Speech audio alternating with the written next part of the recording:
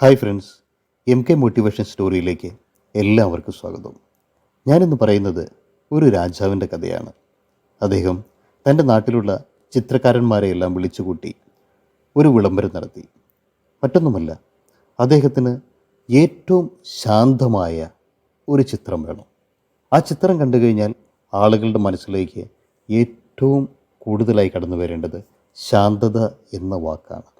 അങ്ങനെയുള്ള ഒരു ചിത്രം വരച്ചു കൊടുത്താൽ ആ വരയ്ക്കുന്ന ആളുകൾക്ക് എന്ത് സമ്മാനം വേണമെങ്കിലും രാജാവ് നൽകും.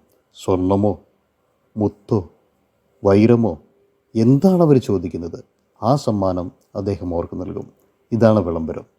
ഇത് കണ്ട് കുറേയേറെ ചിത്രകാരന്മാർ രാജസദസ്സിൽ ഒന്നിച്ചുകൂടി. അവർ ചിത്രം വരയ്ക്കാൻ തുടങ്ങി. അങ്ങനെ ചിത്രം വര പൂർത്തിയായി. ചിത്രകാരന്മാരെല്ലാം വരച്ച ചിത്രങ്ങളിൽ നിന്ന് 2 ചിത്രം അങ്ങനെ ഫൈനൽ റൗണ്ടിലേക്ക് എത്തപ്പെട്ടു. ആ 2 ചിത്രങ്ങളും രാജസദസ്സിൻ്റെ ഭിത്തിയിൽ അവർ തൂക്കിയിട്ടു. അതിൽ ആദ്യത്തെ ചിത്രം എല്ലാവർക്കും വളരെയേറെ ഇഷ്ടപ്പെട്ടു. അത് ഒരു തടാകത്തിൻ്റെ ചിത്രമായിരുന്നു. ആ തടാകത്തിൽ സ്വച്ഛമായി കിടക്കുന്ന ജലം, അതിൻ്റെ അടിയിൽ ചെറു ചെറു വെള്ളാരം കല്ലുകൾ അങ്ങനെ തിളങ്ങി നിൽക്കുന്നത് കാണാം. ചുറ്റും പച്ചപ്പരവതാനി പോലെയുള്ള പുൽമേട്, അതിലവിടെ ഇവിടെ പൂക്കൾ അങ്ങനെ വിരിഞ്ഞു നിൽക്കുന്നു. അതിന് മുകളിൽ നോക്കിയാൽ എങ്ങും ചെറിയ വെള്ളക്കീറ് പോലത്തെ മേഘങ്ങൾ, അതിൻ്റെ മുകളിലായി നീല വിരിച്ച ആകാശം, കുഞ്ഞു കുഞ്ഞു കിളികൾ അങ്ങനെ പറന്നു നടക്കുന്നു, പൂമ്പാറ്റകൾ പൂവിൽ തേൻ കുടിക്കുന്നു. ഈ ചിത്രം കാണുമ്പോൾ തന്നെ ആളുകൾക്കെല്ലാം മനസ്സിൽ നല്ല ഒരു ശാന്തത, ആ ഒരു ഫീല് തോന്നി. അതുകൊണ്ട് തന്നെ അവരെല്ലാവരും ഉറപ്പിച്ചു, എങ്ങനെയായാലും ഫസ്റ്റ് പ്രൈസ് ഇതിന് തന്നെ. പിന്നീട് അവർ അടുത്ത ചിത്രത്തിലേക്ക് നോക്കി. ആ ചിത്രം കണ്ടു കഴിഞ്ഞപ്പോൾ എല്ലാവരും അമ്പരന്ന് പോയി. കാരണം അതിൽ കണ്ടിരിക്കുന്ന ആ ചിത്രം എന്ന് പറയുന്നത് ഏറ്റവും ഭീകരമായ ഒരവസ്ഥ. കൊടുങ്കാറ്റ് ആഞ്ഞടിക്കുന്നു, മരങ്ങളെല്ലാം ആടി ഉലയുന്നു, ആകാശത്ത് മുഴുവൻ കാർമേഘങ്ങൾ കെട്ടിക്കിടക്കുന്നു, പുഴ ആർത്തിരമ്പി ഒഴുകുന്നു, ഇടിമിന്നലുകൾ അങ്ങനെ പാഞ്ഞു വീശുന്നു. ഇതെല്ലാം കണ്ടപ്പോൾ ആളുകൾ അമ്പരന്നു. എന്തുകൊണ്ടാണ് ഈ ചിത്രം ഫൈനൽ ലിസ്റ്റിൽ വന്നത്? ആളുകൾ വെയിറ്റ് ചെയ്തു. അങ്ങനെ രാജാവ് വന്ന് റിസൾട്ട് വിളംബരം ചെയ്യുകയാണ്.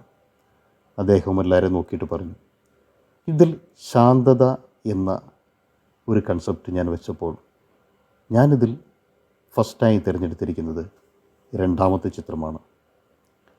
റിസൾട്ട് കേട്ടപ്പോൾ എല്ലാവരും അമ്പരന്ന് പോയി. എന്തുകൊണ്ടാണ് രാജാവ് ഇങ്ങനെയൊരു റിസൾട്ട് വിട്ടത്? കാരണം അവിടെ കൂടിയിരിക്കുന്ന എല്ലാവർക്കും ഇഷ്ടപ്പെട്ടത്, അല്ലെങ്കിൽ എല്ലാവരും നിശ്ചയിച്ചിരുന്നത്, അല്ലെങ്കിൽ എല്ലാവരും ഉറപ്പിച്ചിരുന്നത് അതിൽ ആദ്യത്തെ ചിത്രത്തിന് ഫസ്റ്റ് പ്രൈസ് കിട്ടുമെന്നാണ്. കാരണം അതിലാണ് ശരിക്കും ശാന്തത, അല്ലെങ്കിൽ ശാന്തമായ ഒരവസ്ഥയുള്ളത്. 2ാമത്തെ ചിത്രത്തിൽ എവിടെ നോക്കിയാലും അവിടെ മുഴുവൻ ഭീകരതയാണ്. കൊടുങ്കാറ്റ്, ഇടിമിന്നൽ, മരങ്ങൾ ആടിയൊലിയുന്നു, പുഴ വളരെ ഭീകരാന്തരീക്ഷത്തിൽ ഒഴുകുന്നു.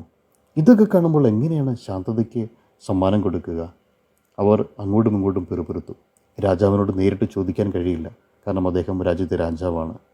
പക്ഷേ ഈ ആദ്യത്തെ ചിത്രം വരച്ച ചിത്രകാരൻ, അദ്ദേഹം പേടിയോടെ രാജാവിൻ്റെ അടുത്തേക്ക് ചെന്നു.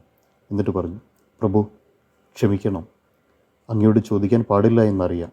എന്നാൽ പോലും അറിയാനുള്ള ഒരാഗ്രഹം കൊണ്ട് ചോദിക്കുകയാണ്. എന്തുകൊണ്ടാണ് അങ്ങ് ഈ 2ാമത്തെ ചിത്രം തിരഞ്ഞെടുത്തത്? അപ്പോൾ രാജാവ് അദ്ദേഹത്തെ അടുത്തേക്ക് വിളിച്ചു. എന്നിട്ട് പറഞ്ഞു, നിങ്ങൾ ആ ചിത്രം ശ്രദ്ധയോടെ നോക്കിയിരുന്നോ? അതിൽ നോക്കൂ, ആ ആടിയുലയുന്ന മരങ്ങളുടെ ഇടയിൽ ഒരു മരത്തിലെ കൊമ്പിലേക്ക് നോക്കൂ.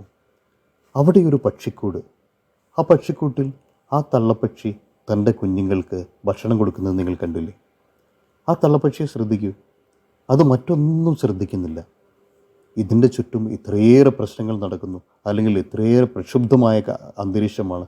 എന്നിട്ടും ആ തള്ളപ്പക്ഷി അതിൻ്റെ കുഞ്ഞുങ്ങൾക്ക് ഭക്ഷണം കൊടുക്കുന്നതിൽ മാത്രമാണ് ശ്രദ്ധ കേന്ദ്രീകരിച്ചിരിക്കുന്നത്. അത് മറ്റൊന്നും ചിന്തിക്കുന്നില്ല. ഇത് തന്നെയാണ് ഏറ്റവും വലിയ ശാന്തത. കാരണം നമ്മുടെ മനസ്സിനെ നമുക്ക് എപ്പോൾ ശാന്തമാക്കി നിർത്താൻ കഴിയുന്നു, അതാണ് ഏറ്റവും വലിയ ശാന്തത. ശാന്തത എന്ന് പറയുന്നത് നമ്മുടെ മനസ്സിലാണ്, നമ്മുടെ മനസ്സ് ശാന്തമായി കഴിഞ്ഞാൽ പിന്നെ എല്ലാം ശാന്തമാണ്. ഇത് തന്നെയാണ് ഇതിലെ ഗുണപാഠവും.